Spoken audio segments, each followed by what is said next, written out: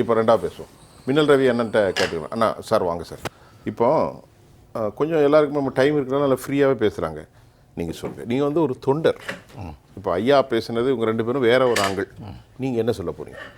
So நாங்கள் 6 வயசுலேருந்து புரட்சித்தலைவர் எம்ஜிஆர் ஒரு படத்தை பார்த்து வந்தவங்க சார். 6 வயசுல 6 வயசுலேருந்து எங்கள் அப்பா கூட போய் படம் பார்த்தவங்க வெறுபாத் பிராட்வே தேட்டரில்.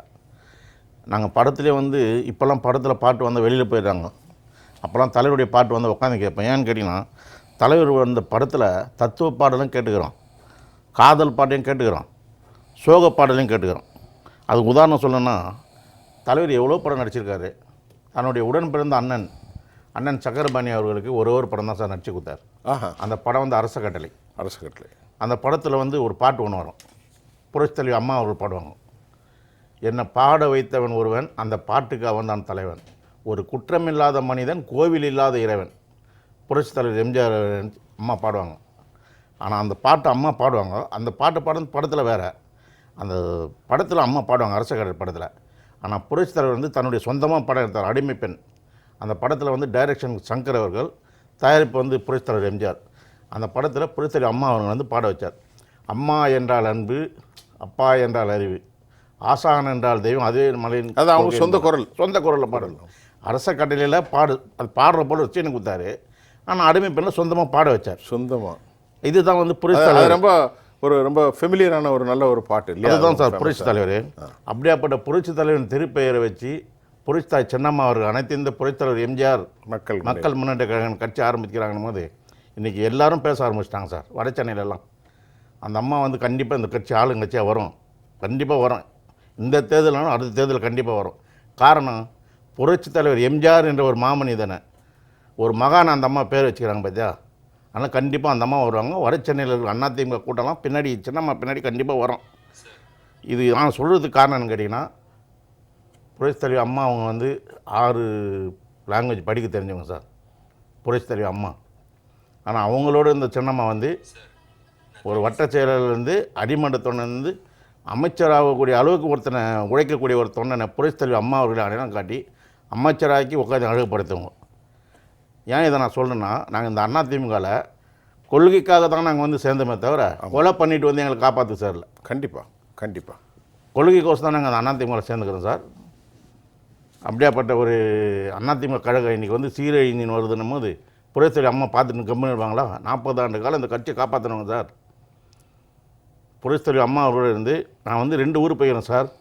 10 நாள் என் மனைவி குழந்தைங்களாம் விட்டு 10 நாள் தனியாக இருந்தேன் நான். ஒரு ஊர் காலாஸ்திரி, ஒரு ஊர் திருப்பதி. இந்த 10 நாள் வந்து ஹெலிபேடு இடத்த ஃபுல்லாக பார்த்துக்கிறது நான் தான் இருந்தேன். அந்த ஹெலிபேடு வந்து காலையில் தண்ணி அடிக்கிறது, ஈவினிங் தண்ணி அடித்து அந்த ஹெலிகாப்டர் இறங்குறதுக்கு அந்த சிமெண்ட்லாம் போட்டு அதை பத்திரமா தனிச்சு பார்த்துக்க 10 நாள் என் மனைவி குழந்தைங்களை விட்டு நாங்கள் தான் சார். திருப்பதியில் நான் தான். அந்த ஹெலிபேடில் யார் வருவா?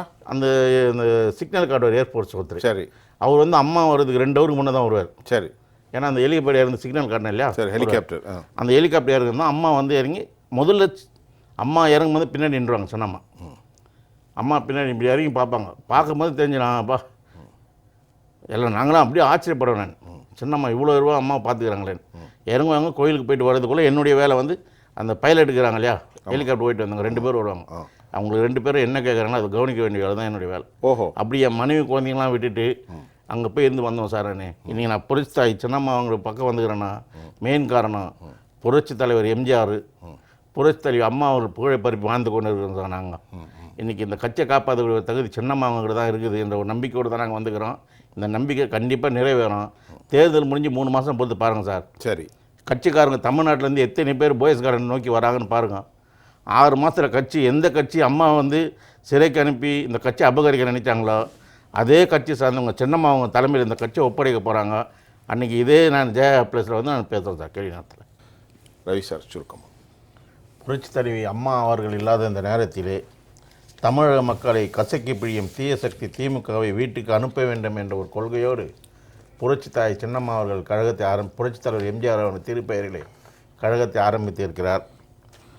இதில் என்ன எங்களுக்கு இது வேண்டியதுன்னு சொன்னால், இதில் ஒரு வட்ட செயலர் போடல, ஒரு பகுதி செயலர் நியமனம் பண்ணல, ஒரு மாவட்ட செயலர் போடாதே டைரெக்டாக வேட்பாளர் சின்னம்மா நிறுத்துகிறாங்கன்னா தலைவர் சொன்ன மாரி 2 வருடம் காட்டின மாரி புரட்சி தலைவி அம்மா அவர்கள் 4 மொழி பேச தெரிந்தவர், எழுத தெரிந்தவர். ஆனால் புரட்சி தாய் சின்னம்மா அவர்களோ செயலாற்றுவதிலே வல்லவர் என்பதை இந்த நேரத்தில் கூறி விடைபெறுகிறேன்.